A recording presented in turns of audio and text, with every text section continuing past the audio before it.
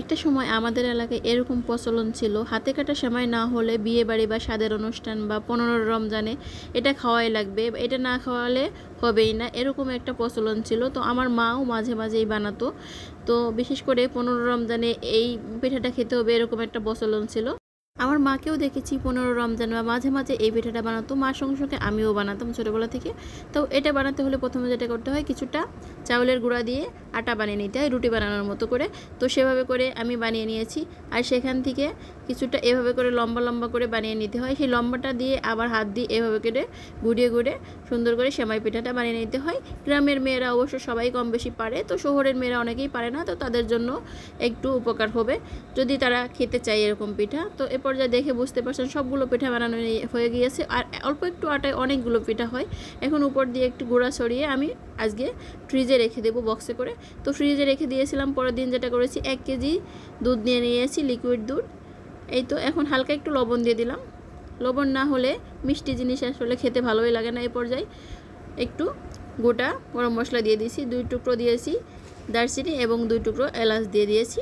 Of ক্যামেরায় আমি half কাপের মতো গুঁড়া দুধ দিয়ে দিয়েছি। আর এই রান্নাটাই গুঁড়া দুধ দিলে একটু বেশি টেস্টি হয়, তো অবশ্যই চেষ্টা করবেন গুঁড়া দুধ দেওয়ার। তো এই পর্যায়ে আমি খেজুরের গুড় দিয়ে দেবো 2 টেবিল চামচের মতো। এই তো দিয়ে দিলাম। আর যেটা করি, সারা বছরই আমি খেজুরের গুড় মানে ডিপে বা নর্মালে রেখে দিই, তো খুবই ভালো থাকে। তো এইভাবে করে আমি খেজুরের গুড় দিয়ে যে কোনো মিষ্টি জিনিস রান্না করার চেষ্টা করি, পায়েস বা হাতে কাটা সেমাই বলেন, যেটাই হলো মানে এভাবে করে রান্না করার চেষ্টা করি, তাহলে খেতে কিন্তু খুবই অসাধারণ হয়। তো এই পর্যায়ে মনে হলো মিষ্টিটা একটু কম মনে হলো, তাই 1 চামচের মতো চিনি দিয়ে দিব। এ পর্যায়ে গুড় দেওয়া যেত, তবে গুড় দিলে বেশি লালচে লালচে হয়ে গেলে দেখতে ভালো লাগে না, তাই একটু চিনি দিয়ে দিলাম। এখন আমি কিছুটা নারকেল দিয়ে দিলাম। নারকেলটা একটু বাড়িয়ে কমিয়ে দিতে পারেন আপনারা চাইলেই।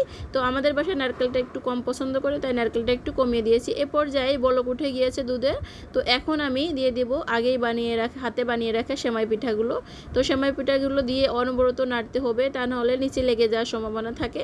তো এভাবে করে আস্তে আস্তে নেড়ে নেড়ে একটু সময় নিয়ে রান্না করে নিতে হবে। যখন ঘনত্বটা বেশি মনে হবে তখন বুঝতে হবে রান্নাটা হয়ে গিয়েছে। তো পুরোপুরি বুঝতে হলে একটা পিঠা উঠিয়ে আপনি চেপে দেখতে পারেন যে সুন্দর মতো সেদ্ধ হয়েছে নাকি। তো সেদ্ধ হয়ে গেলেই আর ঘনত্বটা বেড়ে গেলেই বুঝতে হবে পিঠাটা প্রায় হয়ে এসেছে। যখন দেখতে হবে একটু পাতলা পাতলা ভাব রয়ে গেছে, তখন যেটা করতে হবে, এই তো আমি একটা উঠিয়ে এভাবে করে চাপ দিয়ে দেখলাম। তো এভাবে করে চাপে দেখলেই বোঝা যাবে যে পিঠাটা সুন্দরভাবে সেদ্ধ হয়েছে নাকি।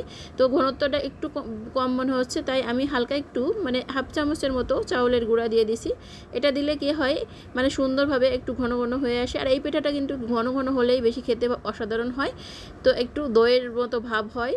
আর যদি ঘনত্বটা ঠিকঠাক হয় তাহলে চাউলের গুঁড়া না দিলেই হয়। তো আমি চাউলের গুঁড়া দিয়ে 1 মিনিটের মতো জাল করে নিয়েছি। মাশাআল্লাহ অনেক লোভনীয় হয়েছে আর দেখতেও অনেক ভালো হয়েছে। এখন যেটা করেছি, পাত্রে ঢেলে নিয়েছি। এখন উপর দিয়ে একটু কিশমিশ দিয়ে ডেকোরেশন করে দিয়েছি।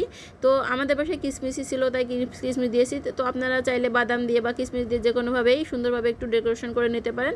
আর দেখতে মাশাআল্লাহ অনেক লোভনীয় হয়েছে। বাসায় অনেক আপুরাই দেখা যাচ্ছে এই পিঠাটা খেতে চায় না একটু কষ্টের জন্য। তো একটু কষ্ট করলেই খুবই মজাদার একটি রেসিপি হয়ে যায়। মাশাআল্লাহ একবার হলো এভাবে করে ট্রাই করবেন, ভালো লাগবে। আর রেসিপিটি ভালো লাগলে লাইক, কমেন্টস এবং শেয়ার করতে ভুলবেন না। আল্লাহ হাফেজ, সবাইকে অনেক অনেক ধন্যবাদ। ভালো থাকবেন সবাই।